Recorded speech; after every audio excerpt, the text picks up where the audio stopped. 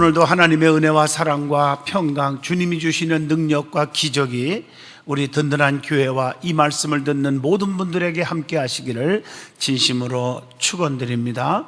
사도행전 2장 1절로 4절을 통해서 불같은 성령을 받자 하는 제목으로 함께 저와 여러분이 깊은 은혜의 시간 되기를 바랍니다. 우리가 성경을 보면 시대를 세 가지로 구분하지요. 구약시대, 신약시대, 말세. 구약시대는 성자 하나님, 신약시대는 성자 하나님 예수 그리스도지요. 그 다음에 말세는 성령 하나님. 오늘인 말세라고 말하지요. 이 말세는 성령께서 역사하는 시대입니다. 그래서 성령을 받지 않고는 주님의 일을 할 수가 없는 거예요. 성령을 받아야 원수마귀와 싸워 이길 수가 있고 세상의 환난과 유혹을 이길 수가 있는 것입니다. 예수님께서 분명히 말씀합니다. 승천하시기 전에 성령을 보내줄 테니 성령을 받으라는 것입니다. 사도행전 1장 4절로 5절 보면 사도와 함께 모이사 그들에게 분부하여 이르시되 예루살렘을 떠나지 말고 내게서 들은 바 아버지께서 약속하신 것을 기다리라. 요한은 물로 세례를 베풀었지만 너희는 몇 날이 못 되어 성령으로 세례를 받으리라 하셨느니라. 성령을 받아야 돼요.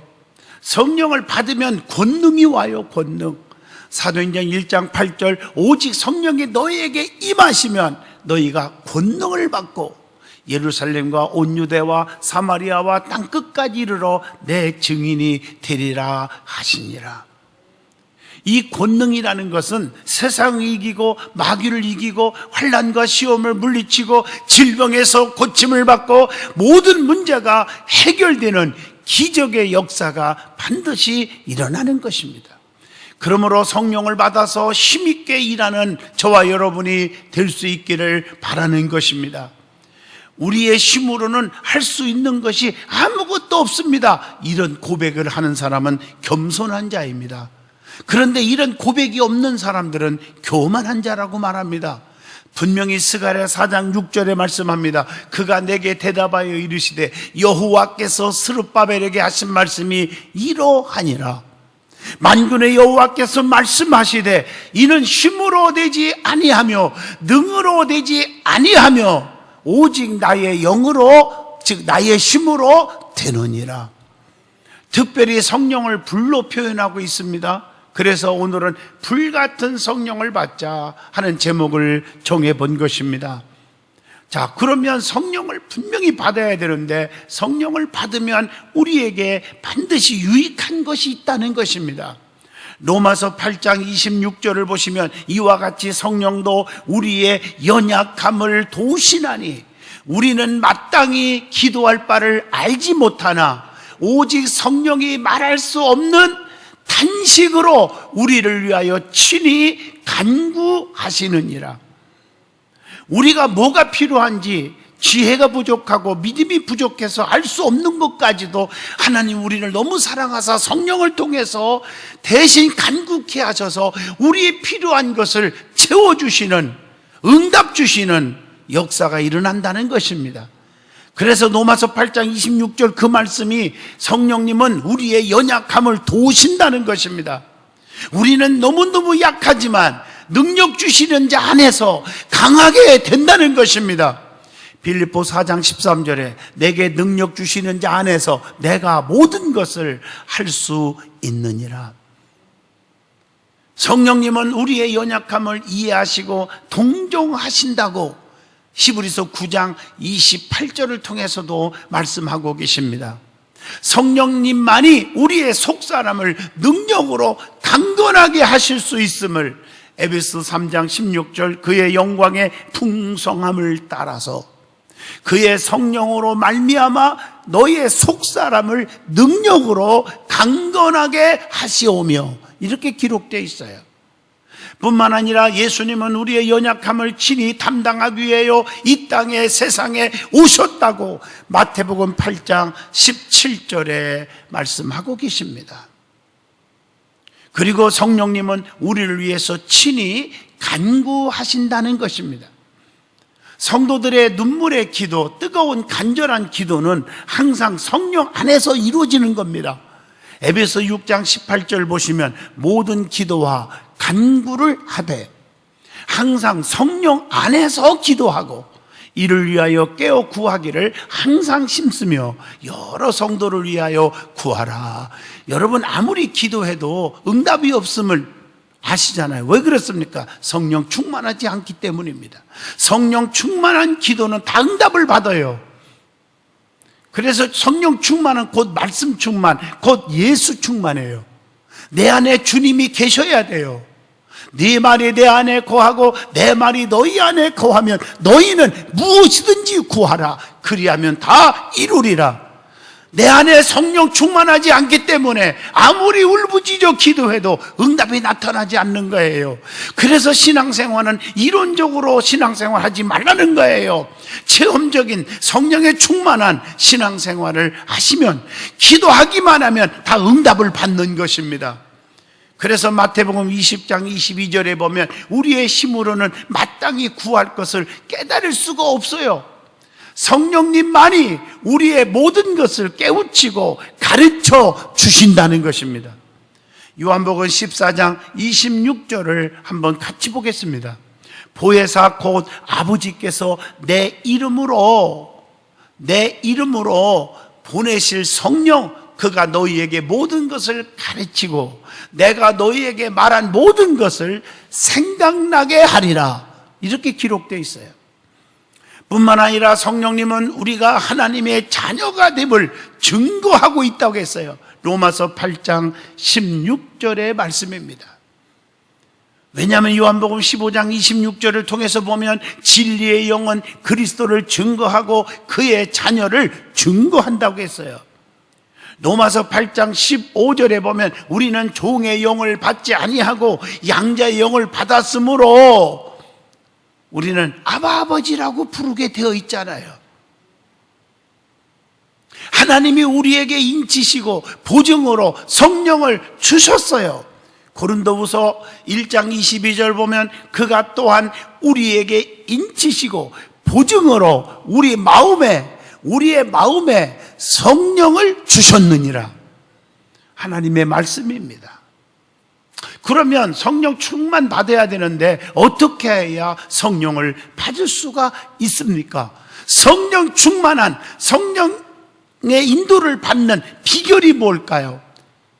성령으로 무장되는 비결이 뭘까요? 아주 중요하잖아요. 첫째, 말씀을 들을 때 성령을 받습니다. 사도행전 10장 44절로 45절 보면 베드로의 얘기가 나와요. 베드로가 이 말을 할 때에 성령이 말씀 듣는 모든 사람에게 내려오시니, 다시 말합니다, 주의 종 베드로가 말씀을 선포하는데 듣는 성도들에게, 많은 성도들에게 어떻게 했어요? 성령이 임했어요. 베드로와 함께 온 할례 받은 신자들이 이방인들에게도 성령 부어주심으로 말미암아 놀라니, 이렇게 기록되어 있단 말이에요. 하나님의 말씀은 성령의 감동으로 되었기 때문에 말씀을 선포할 때 성령의 역사가 일어납니다. 디모데후서 3장 16절에 모든 성경은 하나님의 감동으로 된 것으로 교훈과 책망과 바르게 함과 의로 교육하기에 유익하니 그랬잖아요. 또한 하나님의 말씀은 검이기 때문에 성령을 받습니다. 에베소 6장 17절 구원의 투구와 성령의 검 곧 하나님의 말씀을 가지라. 그래서 말씀을 전하기 시작할 때에 성령께서 역사가 하기 시작합니다. 사도행전 11장 15절에 내가 말을 시작할 때에 성령이 그들에게 임하시기를 처음 우리에게 하신 것 같이 하는지라. 그래서 여러분들이 말씀 듣는 자세가 너무 중요한 거예요. 이렇게 하나님의 말씀을 들으러 교회에 오는 것, 이 자체가 복된 시간인 줄로 믿습니다. 왜 그랬습니까? 로마서 10장 17절에 그러므로 믿음은 들음에서 나며 들음은 그리스도의 말씀으로 말미암았느니라. 하나님의 말씀을 들을 때 믿음이 생겨요. 그 믿음은 역사가 일어나는 거예요. 그리고 두 번째, 기도 열심히 할 때 성령 충만 받습니다. 사도행전 1장 14절에 여자들과 예수의 어머니 마리아와 예수의 아우들과 더불어 마음을 같이하여 오로지 기도에 심쓰더라, 이렇게 말하고 있어요. 이 사도행전 1장 14절의 말씀은 주님의 약속을 믿고 마음을 같이하여 기도에 심썼을 때 성령이 임했다는 것입니다. 사도들이 간절히 기도하니 성령이 충만하게 임했어요.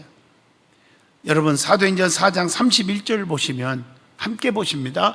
빌기를 다함에, 이 말은 간절히 기도하기를 마침에 모인 곳이 진동하더니 무리가 다 성령에 충만하여 담대히 하나님의 말씀을 전하니라.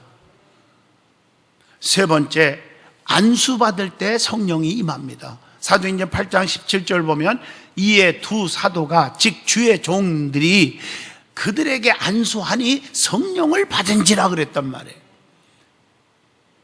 사도행전 9장 17절 보면 아나니아가 바울에게 안수할 때에 성령이 임했습니다.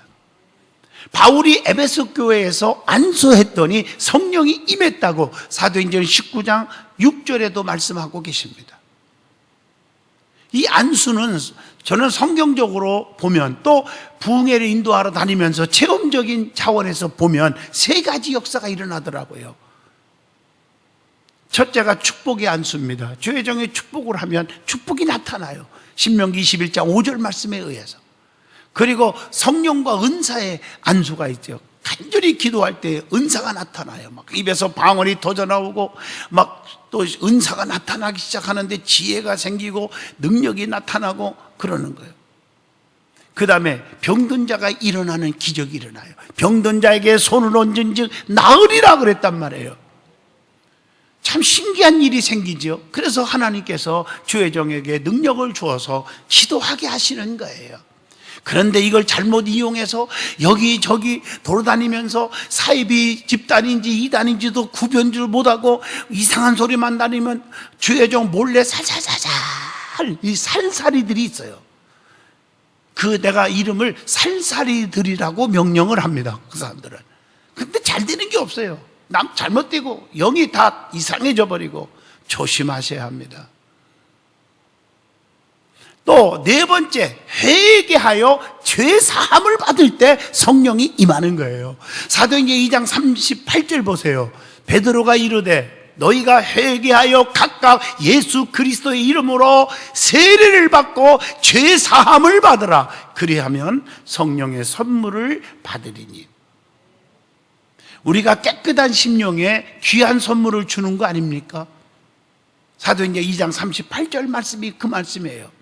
회개치 못한 심령은 찍어서 불에 던지움을 당한다고 그랬어요. 마태복음 3장 10절의 말씀입니다. 예수님은 성도들에게 회개의 심령을 부어주신다고 마태복음 4장 17절에 말씀합니다. 그래서 죄 씻겨진 영혼 위에만 하나님의 선물이 위에서부터 내려온다고 마태복음 9장 6절을 통해서 말씀을 주고 있습니다. 자, 그러면 우리가 성령 충만 받는데 어떤 충만을 받아야 하느냐? 오늘 제목 말씀처럼 불같은 성령을 받아야 됩니다. 성령에 대해 영적으로 해석하는 상징적인 용어들이 있습니다. 성경에 보면 이 성령의 불을 여러 가지로 표현하죠. 성령을. 그래서 비둘기 같은 성령, 이렇게 성령을 비둘기로 표현하고 있어요. 마태복음 3장 16절 보면 예수님께서 세례를 받으시고 곧 물에서 올라오심에 하늘이 열리고 하나님의 성령이 비둘기같이 내려 자기 위에 임하심을 보시더라. 왜 비둘기 같은 성령이라고 표현했을까? 이 비둘기는요, 특징이 있어요. 온유한 특징이 있어요. 온유. 그래서 성령의 9가지 열매 가운데 사랑, 실학, 화평, 온유, 자비, 양선, 오래 참음, 충성, 절제, 온유가 있어요. 성령의 열매예요. 근데 성령님은 성도들을 불러서 정말 변화시켜 주잖아요. 그래서 비둘기 같은 성령. 또 비둘기는 순결하는 걸 의미합니다. 순결. 비둘기는 오직 한 남편만을 두며 순결을 지켜요. 비둘기의 특징이.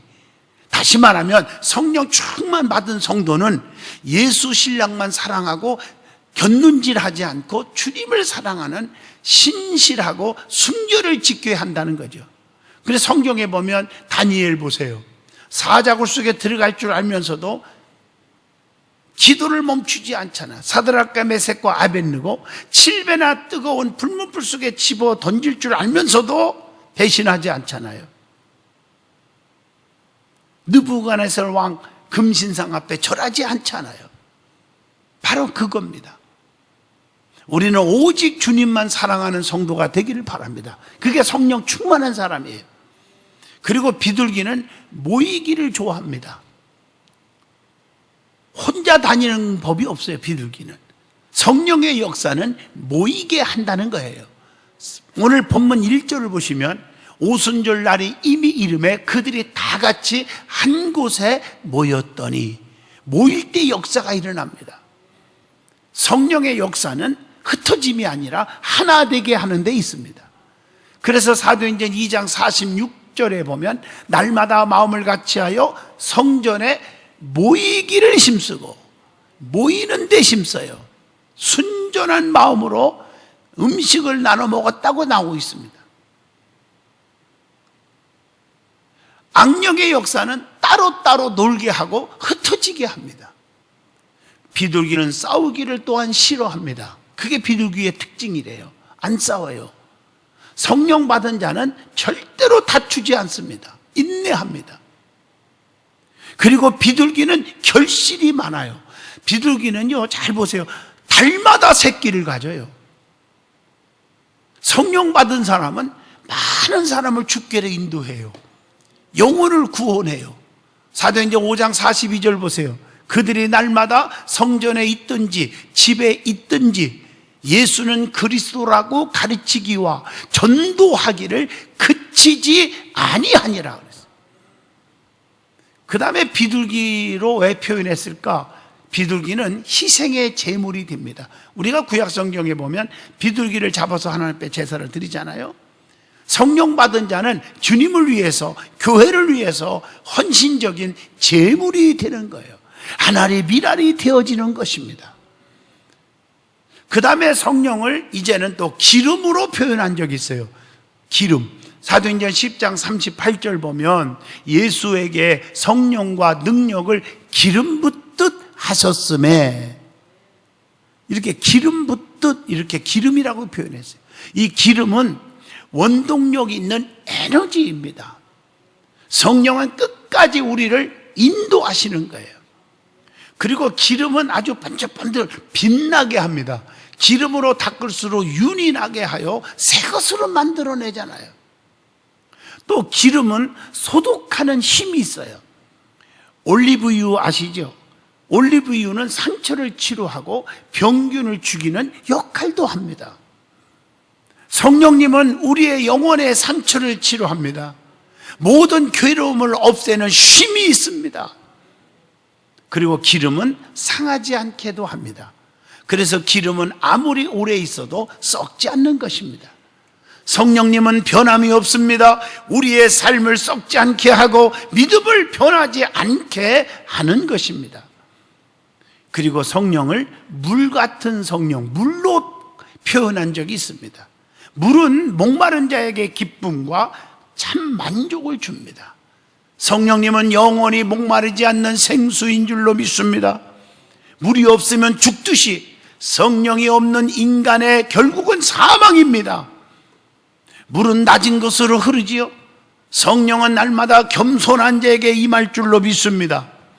야고보서 4장 6절에 보면 더욱더 큰 은혜를 주시나니 그러므로 일렀으되 하나님이 교만한 자를 물리치시고 겸손한 자에게 은혜를 주신다 하였느니라.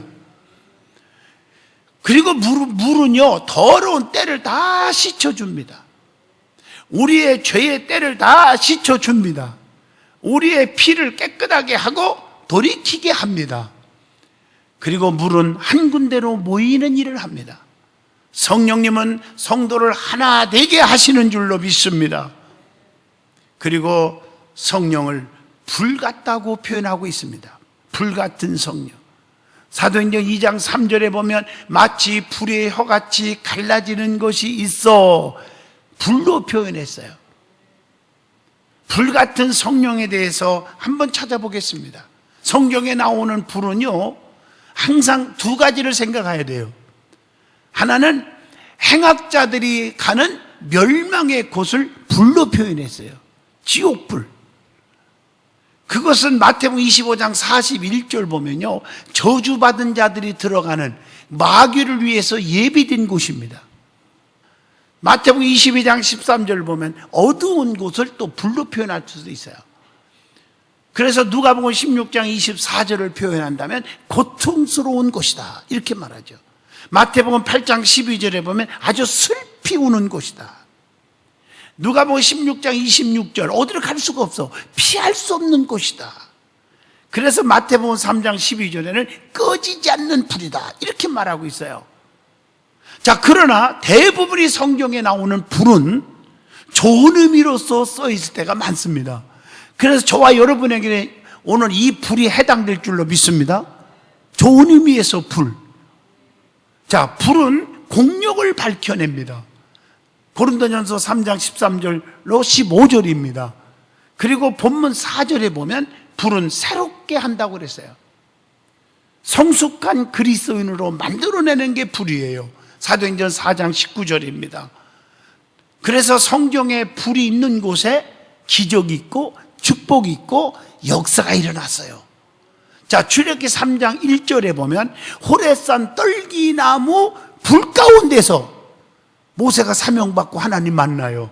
그래서 거기서 권능의 지팡이를 잡고 사명을 감당하는 겁니다.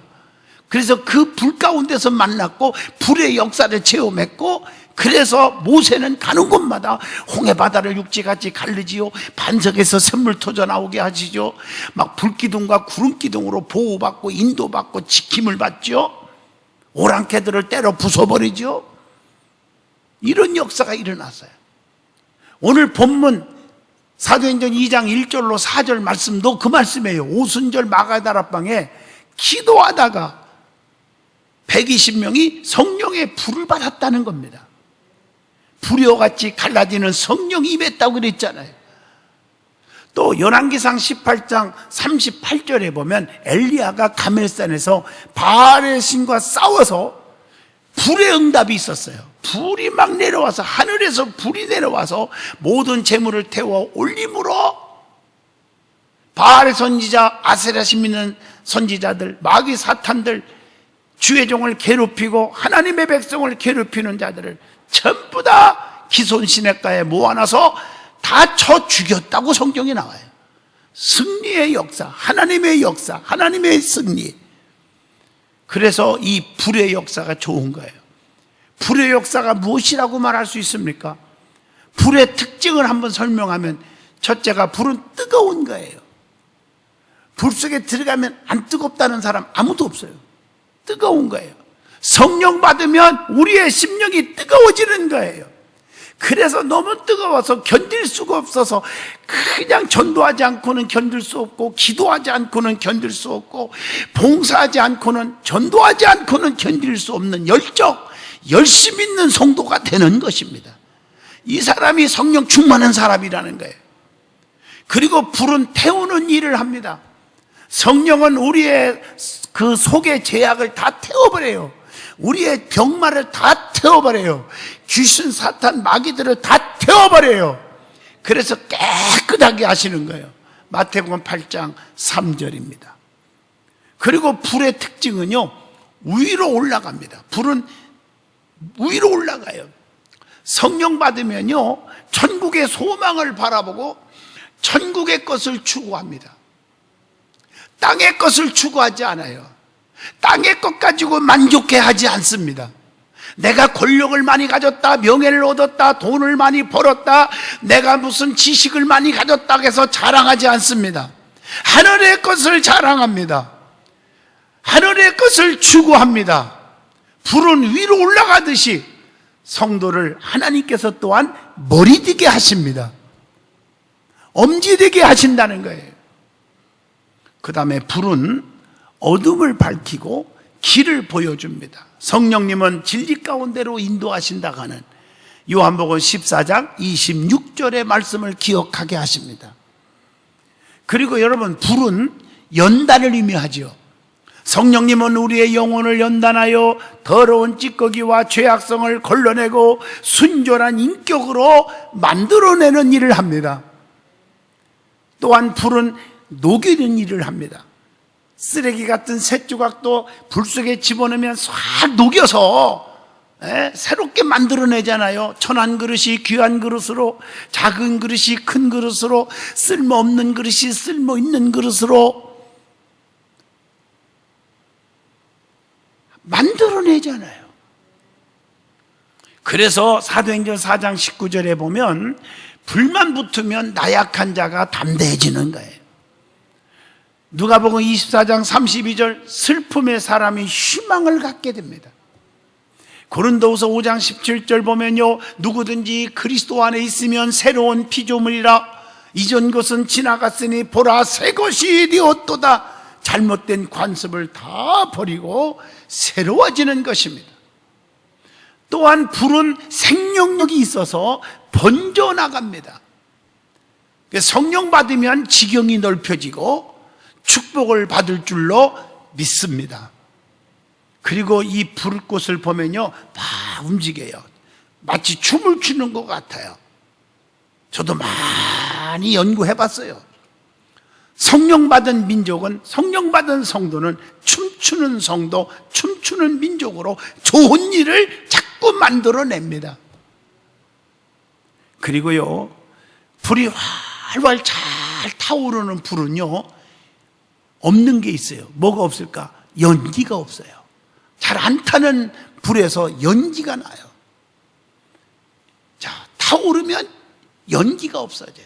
성령의 진짜 불 같은 성령을 받으면 세상에서 사는 동안 눈물 흘릴 일이 절대로 없을 줄로 믿습니다. 환난, 근심, 이게 다 사라지는 거예요. 그러므로 우리는 오늘 이 말씀을 통해서 성령을 받아야 합니다. 성령께서 우리의 길을 인도하시고 지켜주시고 보호하십니다. 살다 보면 힘든 일이 너무나 많이 올 수도 있습니다. 하나님의 축복을 받으려고 하면 마귀가 장난한다는 걸 아시고 더 기도해서 성령에 충만해서 악한 영을 다 몰아낼 수 있기를 축복합니다. 우리는 어떻든 간에 성령의 불을 받아야 한다는 거 절대 잊어서는 안 됩니다. 성령의 충만한 성도가 되시기를 축복합니다.